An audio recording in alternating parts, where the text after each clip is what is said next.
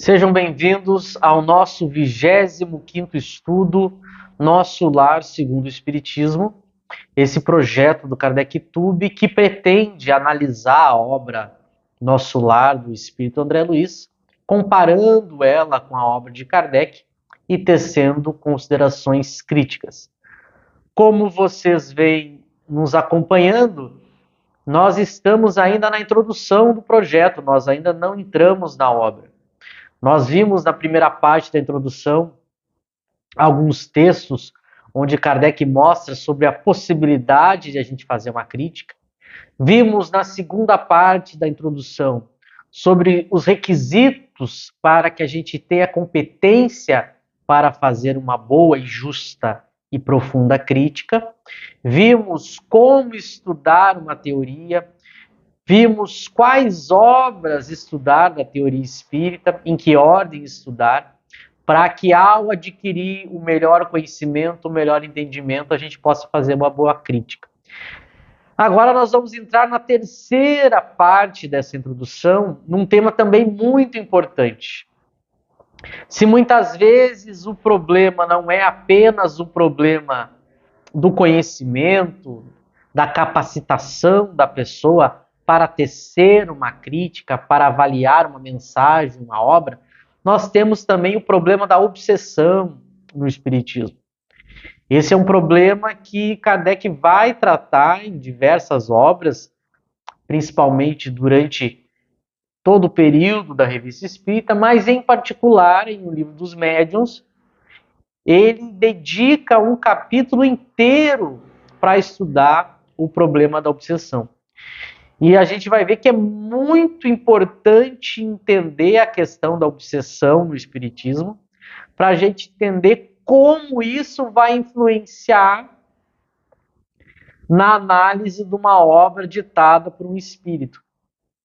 Como a gente vai poder usar essa teoria para entender a relação que um médium pode ter com o espírito e como ele pode ter um chamado escolho nesse processo. O médium pode passar pelo problema da obsessão. A gente vai fazer um estudo desse capítulo de O Livro dos Médiuns, é o capítulo 23, para a gente entender melhor o que Kardec deixou sobre a obsessão dos médiuns. E a gente vai ver como isso impacta sobre a análise que a gente vai fazer desta obra do André Luiz. Há muita confusão, como todos os assuntos no meio espírita, infelizmente, não por falta de clareza, lógica e profundidade das obras de Kardec, mas por teimosia, por orgulho e também por desconhecimento do próprio meio espírita que não estuda de maneira completa, profunda, a obra de Kardec. Então, é muito importante que a gente entenda esse assunto, porque ele vai nos capacitar ainda mais para saber fazer uma análise de uma obra, de uma mensagem, e saber das questões que envolvem a mediunidade. E uma delas é a obsessão. Então, nós vamos iniciar, lembrando, é o capítulo 23 do Livro dos Médiuns. A gente vai começar no item 237 de O Livro dos Médiuns, onde Kardec vai abrir o capítulo e começar conceituando a obsessão e mostrando os tipos de obsessão. Então vai dizer Kardec, nesse capítulo 23 do Livro dos Médiuns, item 237, abre aspas. Entre os escolhos que apresenta a prática do Espiritismo, cumpre-se coloque na primeira linha a obsessão. Isto é, o domínio que alguns espíritos logram adquirir sobre certas pessoas. Nunca é praticada senão pelos espíritos inferiores que procuram dominar. Os bons espíritos nenhum constrangimento infligem. Aconselham, combatem a influência dos maus. E, se não os ouvem, retiram-se. Os maus, ao contrário, se agarram àqueles de quem podem fazer suas presas. Se chegam a dominar algum, identificam-se com o espírito deste e o conduzem como se for a verdadeira criança.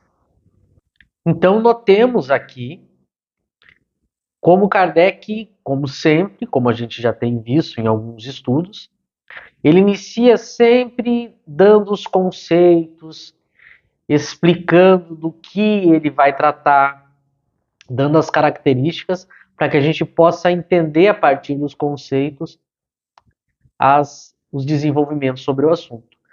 Que não é diferente, ele vai tratar da obsessão e ele começa conceituando a obsessão e mostrando que a obsessão vai ser um dos escolhos da prática do espiritismo. E ele diz que dos escolhos que existem nessa prática, a obsessão está na primeira linha, ou seja, ela é uma das mais recorrentes e importantes de ser tratada e estudada.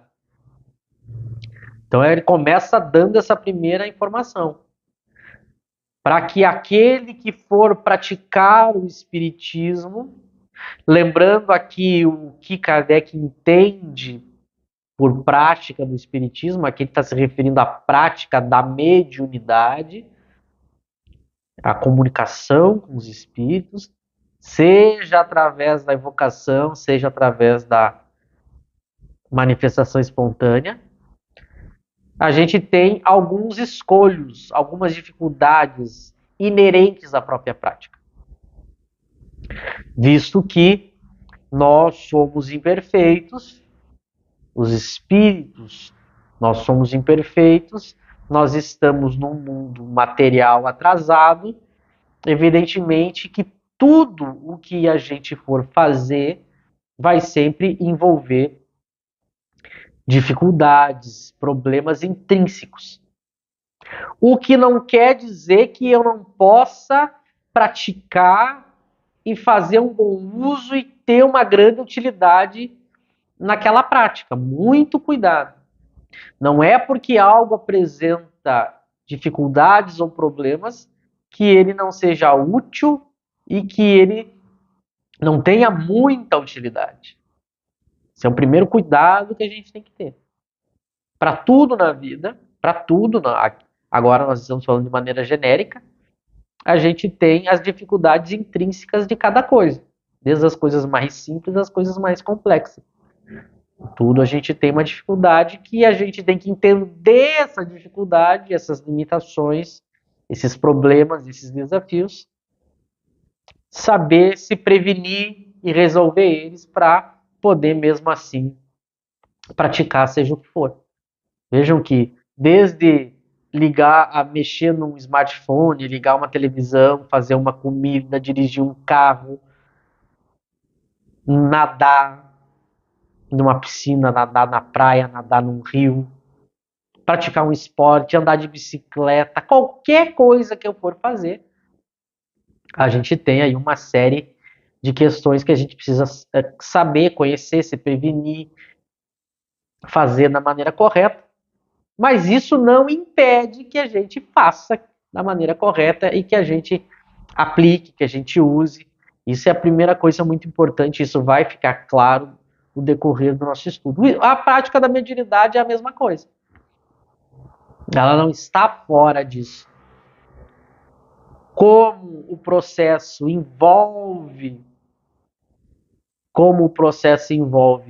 espíritos, espírito encarnado, seja o médium, as pessoas presentes, como o processo envolve o espírito desencarnado, como nós somos imperfeitos, nós temos dificuldades intelectuais, dificuldades morais, limitações intelectuais, limitações morais. Inclusive, nós temos dificuldades, limitações materiais. Se trata de uma comunicação de um ser que está no plano espiritual e vai se comunicar com o mundo material. Veja que todos esses elementos que compõem a prática da mediunidade vão fazer com que haja dificuldades intrínsecas no processo. Mas, evidentemente, que eu tenho que saber disso, me prevenir para tirar, mesmo assim, o melhor resultado para poder, mesmo assim, tirar utilidade dessa prática. Não é que ao me deparar com dificuldades, eu julgue que não deva